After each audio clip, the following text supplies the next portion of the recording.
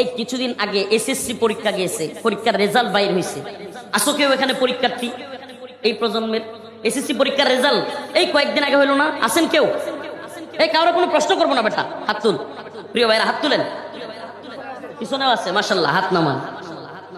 তোমরা যারা ভাই, প্রিয় ভাইয়েরা পরীক্ষার্থী, তারা এই কথা খেয়াল করবার কথা, কিংবা অন্যরাও হয়তো ভিডিওগুলো যেহেতু ভাইরাল হয়েছে খেয়াল করবেন। এসএসসি পরীক্ষায় একটা মেয়ে জিপিএ 5 পাইছে, A+ পাইছে। সে সাক্ষাৎকার দিতেছে মিডিয়ার সামনে, হাসতে হাসতে বলতেছে যে আমি পরীক্ষায় উত্তীর্ণ হয়েছি, আমার খুব ভালো লাগতেছে। তখন সাংবাদিক বলতেছে যে তুমি উত্তীর্ণ হইলা, এটার পিছনে কি কোনো কারণ আছে কিনা? বলতেছে আমার বয়ফ্রেন্ড আমাকে উৎসাহ দিয়েছে। আস্তে বেটা আস্তে, আমি ওই হুজুর না যে বয়ফ্রেন্ড গার্লফ্রেন্ড কালচার নিয়ে মজা করব আর তোমরাও জি মজা নিবা। বেটা আল্লাহ যেটা হারাম করেছেন, যেটা কবিরা গুনাহ, এটা নিয়ে হাজার কি বলে মজা নেওয়ার মতো রুচি আলহামদুলিল্লাহ আমাদের নাই। কারণ শয়তান সবচেয়ে বড় সফল এই কাজে যে আমরা হারাম বিষয়টারে নিয়ে নরমালাইজ করে ফেলছি, হারাম বিষয় নিয়ে মজা নেই। নাউজুবিল্লাহ, এটা তো হারাম। কিছু আলেম নামদারি লোক আছে, আল্লাহ এদেরকে ক্ষমা করুক, হেদায়েত দান করুক।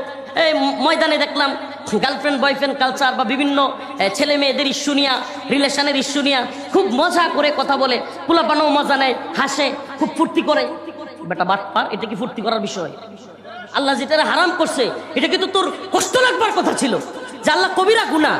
গার্লফ্রেন্ড বয়ফ্রেন্ড কালচার এগুলো কি জিনা হচ্ছে। ওই গার্লফ্রেন্ড বয়ফ্রেন্ড কালচারের কারণে চিপাই চাপাই, পার্কের চিপাই চাপাই গিয়া মেলামেশা করে ওই মেয়েটার গর্ভে বাচ্চা দিয়ে আসতেছে, ওই বাচ্চাটা মেন হলে ডাকনার মধ্যে ময়লার স্তূপের মধ্যে ফেলে আসতেছে। এটা নিয়ে আপনি হাসাহাস করতেছেন? নাউজুবিল্লাহ, এটা কি হাসাহাসির বিষয়? আল্লাহ তাআলা আমাদের বুঝার তৌফিক দান করুন। শয়তানের সবচেয়ে বড় সফলতা কোনটা? যে আমরা হারাম বিষয়গুলোকে নরমালাইজড করে ফেলছি। হারাম বিষয় নিয়ে যখন আমরা হাসি, মজা নেই, কি এক সমাজ চালু হয়েছে। আস্তাগফিরুল্লাহ, গার্লফ্রেন্ড আছে বুক ফুলায় বলে, বন্ধুদের মধ্যে গিয়ে গর্ব করে, এই গার্লফ্রেন্ড ফোন দিচ্ছে, আরে বাবা, মানে এই ধরনের একটা কালচার তৈরি হয়ে গেছে। আস্তাগফিরুল্লাহ। অথচ বিয়ের ক্ষেত্রে বাপ মার কাছে যাইতে ভয় পায়। বেটা বিয়ের ক্ষেত্রে বুক ফুলায় যাওয়ার কথা ছিল, এটা হালাল, এটা বৈধ, আমি বিয়ে করবো। আল্লাহ বলছে ফানকিহু মা তাবা লাকুম মিনান নিসা মাসনা ওয়া থুলাথা ওয়া রুবা। যে আল্লাহ বলছেন 2টা 3টা 4টা, আল্লাহ শুরুই করছে 2টা থেকে। পুরানো আয়াত আল্লাহ শুরু করছে কয়টা থেকে? মানে উল্টায় ফেলছে আয়াতের বিষয়টাকে। আল্লাহ মাফ করুক, অনেকে উল্টায় ফেলছে। আসলে এই মজমা গুলো দেখলে খুব ভালো লাগে। কেন ভালো লাগে?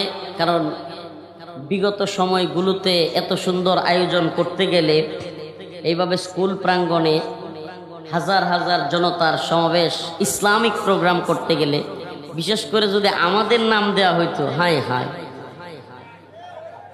আমি একটা মজার ঘটনা বলি। আমি যেখানেই যাব, আমার সাথে ওই সময়ে পুলিশের খুব ভালো সম্পর্ক ছিল। আমার আগে পুলিশ গিয়া বসে থাকতো, মানে আমরা যাওয়ার আগেই ওখানে গিয়া পুলিশ অপেক্ষা করতো। মাঝে মাঝে রাস্তা থেকে ফিরাইয়া দিত, মাঝে মাঝে আরো আগেই ফোন দিয়া ওসি সাহেব বলতো, হুজুর আপনার আসার দরকার নাই, বয়ান যা করার আমরাই করব। বলতো হুজুর আপনাদের আসার দরকার নাই, আলোচনা যা হওয়ার সব হয়ে গেছে, আমরা প্যান্ডেল ট্যান্ডেল মাইক টাইক সব বন্ধ করে দিছি, আপনার আর আসার দরকার নেই। তো আলহামদুলিল্লাহ, আল্লাহ পাক সুবহানাল্লাহ, ফালা তাহসাবান্নাল্লাহা গাফিলান আম্মা ইয়ামালুজ জালিমুন। যে আল্লাহ তাআলা জালেমদের ব্যাপারে বলছেন যে হে জালিম সম্প্রদায়, তোমাদের জুলুমের ব্যাপারে আল্লাহকে গাফেল মনে করিও না। সুবহানাল্লাহ, আল্লাহ কি না? গাফেল না। আল্লাহ তাআলা সমস্ত জালিমদের ব্যাপারে জানেন। আল্লাহ আলিম, আল্লাহ সামিউ, আল্লাহ বাসীর, তিনি জানেন সবকিছু। তিনি সামিউ, তিনি শুনেন সবকিছু। তিনি বাসীর, তিনি দেখেন সবকিছু। সুবহানাল্লাহ। এই দুনিয়ার ক্ষমতার অহংকার, এই দুনিয়ায় যত দাম্ভিক মানুষ আছে, আল্লাহ তাআলা প্রত্যেককেই ধরেন, ছাড় দেন, কিন্তু ছেড়ে দেন না। একটা সময় গিয়া পাকড়াও করে, একটা সময় গিয়া কি করেন? কুলিল্লাহুম্মা মালিকাল মুলক তুতিল মুলকা মান তাশা ওয়া তানজিউল মুলকা মিম্মান তাশা ওয়া তুইজ্জু মান তাশা ওয়া তুযিল্লু মান তাশা বিয়াদিকাল খায়র ইন্নাকা আলা কুল্লি শাইইন কাদির। আল্লাহ রাব্বুল আলামিন বলেন, হে নবী আপনি বলে দেন, কুলিল্লাহুম্মা মালিকাল মুলক, এই সমস্ত মুলুকের সমস্ত ক্ষমতার মালিক একমাত্র কে? হাজারো জনতা বাম দিক থেকে আওয়াজ হয় নাই, তাবারাকাল্লাযী বিয়াদিহিল মুলক ওয়া হুয়া আলা কুল্লি শাইইন কাদির। সমস্ত শাইয়ের মালিক, সমস্ত মুলুকের মালিক কে? সুবহানাল্লাহ। আল্লাহ বলেন, তুতিল মুলকা মান তাশা, আমি যাকে ইচ্ছে হয় ক্ষমতা দেই। সুবহানাল্লাহ।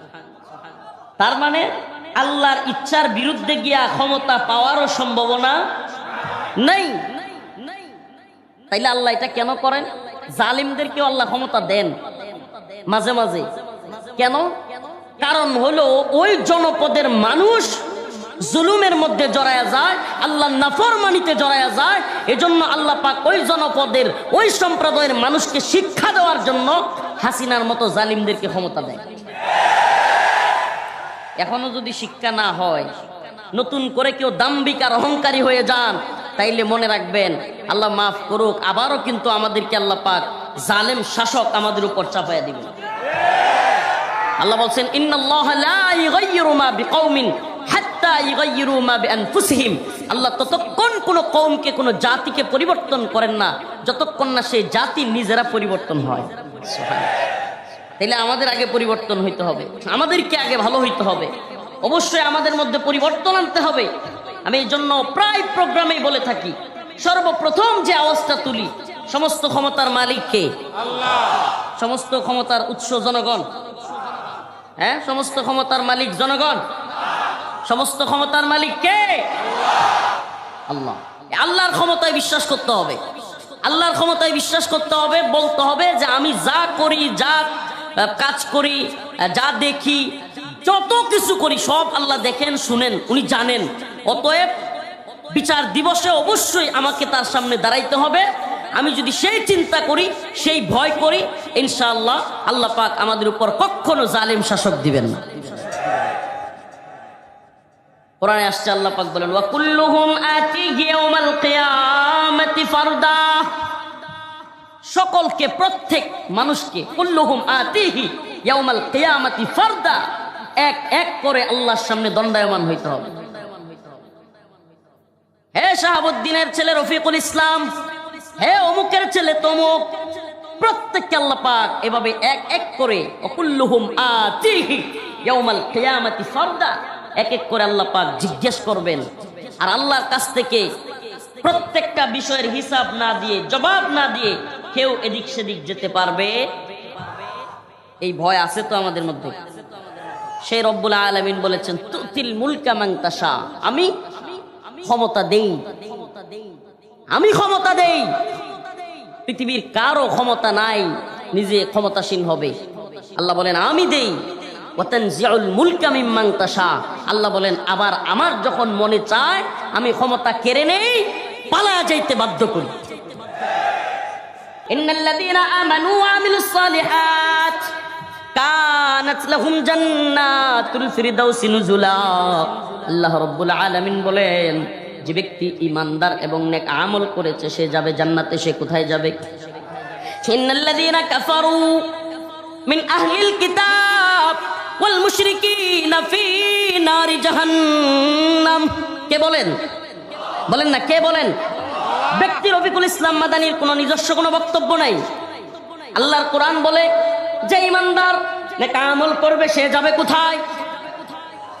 আর যে কাফের কুফরি করবে, আল্লাহর সাথে শরীক করবে, সে কোথায় যাবে? ফিনারি জাহান্নাম। তাহলে আল্লাহর বক্তব্য এটা। এটা যেই হোক, যত উদারপন্থী হোক, যত দরদি হোক, মানবতাবাদী হোক, মানবাধিকার কর্মী হোক, যেই হোক, মুসলিম ছাড়া অন্য সবাই জাহান্নামে যাবে। এই আকীদা ইসলামের, এই আকীদা মুসলমানদের। কোন ব্যক্তি সে যেই হোক যদি এই আকীদা লালন করে যে অমুসলিম হইলেও জান্নাতে যাইতে পারে, আল্লাহর ক্ষমা পাইতে পারে, তাইলে সেই ব্যক্তির আকীদা ভুল, সে ইসলামে প্রবেশ করতে পারে নাই, সেও ইসলামের মধ্যে না থেকে কুফরের মধ্যে ঢুকে গেছে। এবার আসেন বাংলাদেশের হাওয়াল, যেটা নিয়ে আমি একটু বলতে চাচ্ছিলাম। আজকের আলোচনার বিষয় এটা। কোরআনের যে আয়াতে কারিমা তিলাওয়াত করেছি, আপনারা মনে করিয়েন না হুজুর বিচ্ছিন্ন কথা বলতেছে। ইয়া আইয়ুহাল্লাযীনা আমানু লা তাত্তাখিযুল ইয়াহুদা ওয়ান নাসারা আউলিয়া বা'দুহুম আউলিয়াউ বা'দ।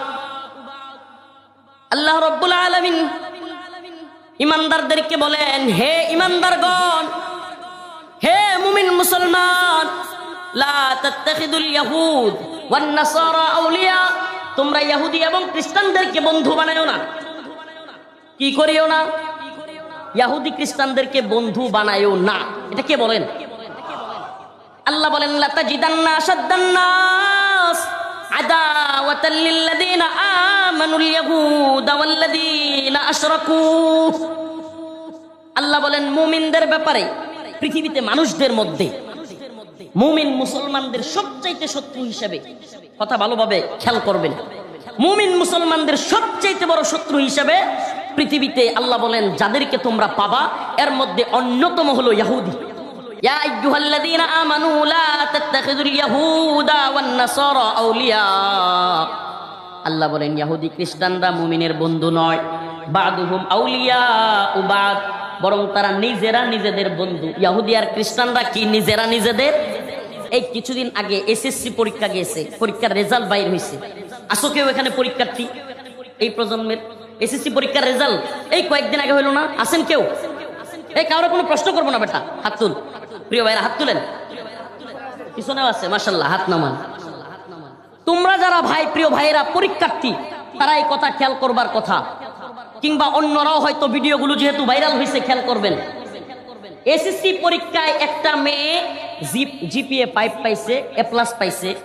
সে সাক্ষাৎকার দিতেছে মিডিয়ার সামনে, হাসতে হাসতে বলতেছে যে আমি পরীক্ষায় উত্তীর্ণ হয়েছি, আমার খুব ভালো লাগতেছে।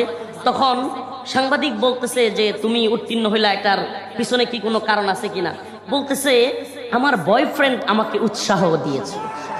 আস্তে বেটা আস্তে, আমি ওই হুজুর না যে বয়ফ্রেন্ড গার্লফ্রেন্ড কালচার নিয়ে মজা করব আর তোমরাও জি মজা নিবা। বেটা আল্লাহ যেটা হারাম করেছেন, যেটা কবিরা গুনাহ, এটা নিয়ে হাজার কি বলে মজা নেওয়ার মতো রুচি আলহামদুলিল্লাহ আমাদের নাই। কারণ শয়তান সবচেয়ে বড় সফল এই কাজে যে আমরা হারাম বিষয়টারে নিয়ে নরমালাইজ করে ফেলছি, হারাম বিষয় নিয়ে মজা নেই। নাউজুবিল্লাহ, এটা তো হারাম। কিছু আলেম নামদারি লোক আছে, আল্লাহ এদেরকে ক্ষমা করুক, হেদায়েত দান করুক। এই ময়দানে দেখলাম গার্লফ্রেন্ড বয়ফ্রেন্ড কালচার বা বিভিন্ন ছেলে মেয়েদের ইস্যু নিয়া, রিলেশনের ইস্যু নিয়া খুব মজা করে কথা বলে, পোলাপানও মজা নেয়, হাসে, খুব ফুর্তি করে। বেটা বাটপার, এটা কি ফুর্তি করার বিষয়? আল্লাহ যেটা হারাম করছে এটা কিন্তু তোর কষ্ট লাগবার কথা ছিল, যে আল্লাহ কবিরা গুনাহ। গার্লফ্রেন্ড বয়ফ্রেন্ড কালচার এগুলো কি জিনা হচ্ছে। ওই গার্লফ্রেন্ড বয়ফ্রেন্ড কালচারের কারণে চিপাই চাপাই, পার্কের চিপাই চাপাই গিয়া মেলামেশা করে ওই মেয়েটার গর্ভে বাচ্চা দিয়ে আসতেছে, ওই বাচ্চাটা মেন হলে ডাকনার মধ্যে ময়লার স্তূপের মধ্যে ফেলে আসতেছে। এটা নিয়ে আপনি হাসাহাসি করতেছেন? নাউজুবিল্লাহ, এটা কি হাসাহাসির বিষয়? আল্লাহ তাআলা আমাদের বুঝার তৌফিক দান করুন। শয়তানের সবচেয়ে বড় সফলতা কোনটা? যে আমরা হারাম বিষয়গুলোকে নরমালাইজড করে ফেলছি। হারাম বিষয় নিয়ে যখন আমরা হাসি, মজা নেই, কি এক সমাজ চালু হয়েছে। আস্তাগফিরুল্লাহ, গার্লফ্রেন্ড আছে বুক ফুলায় বলে, বন্ধুদের মধ্যে গিয়া গর্ব করে, এই গার্লফ্রেন্ড ফোন দিচ্ছে, সর। আরে বাবা, মানে এই ধরনের একটা কালচার তৈরি হয়ে গেছে। আস্তাগফিরুল্লাহ। অথচ বিয়ের ক্ষেত্রে বাপ মার কাছে যাইতে ভয় পায়।